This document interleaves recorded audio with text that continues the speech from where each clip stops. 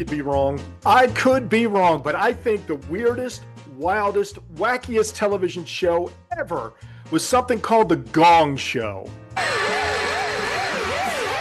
If you were alive from 1976 to 1980, you saw this show. It was in syndication. It was on NBC at night. It was wild. It was madcap. The original idea was simply to be a talent show. The only gimmick was a gong. Well, they first produced a few episodes with a guy named Gary Owens, who used to be the announcer for Hee Haw. But it was too much of a game show type atmosphere. Even the music sounded game showy. So then they got another guy named John Barber.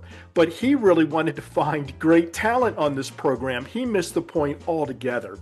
So Jamie Farr, Artie Johnson, and J.P. Morgan were the original three celebrities who would judge the talent. Jamie Farr went to Chuck Barris, the producer of the program, and said, "Chuck, this show needs to be more wild, more like a party. It's too serious right now." And Chuck Barris thought about it, and he said, "You know, Jamie, you're right." So he revamped the show.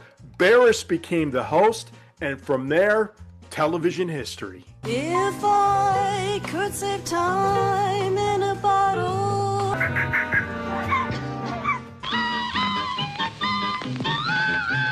Oh, it was a wild show, but they didn't rely on talent they found around the country. They also had some in-house talent, like the unknown comic.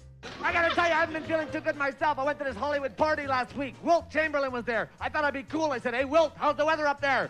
He said it's raining, and he spit on me.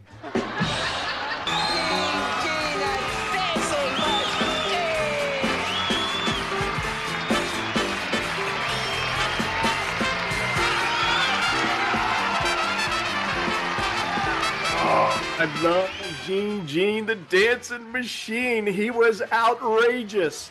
The show went on for 4 years, but around 1978, they had an act on there with two young girls who were enjoying a popsicle, let's say. And the censors didn't like that. Plus, J.P. Morgan, one of the main celebrity judges, was a bit of a potty mouth.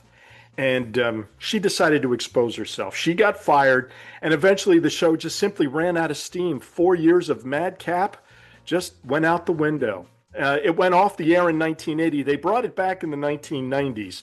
It ran for 10 years in syndication, but it would seem forced. And then they tried again in the 2000s, ran for 1 year. But for those 4 years in the 1970s, The Gong Show, I tell you, I could be wrong.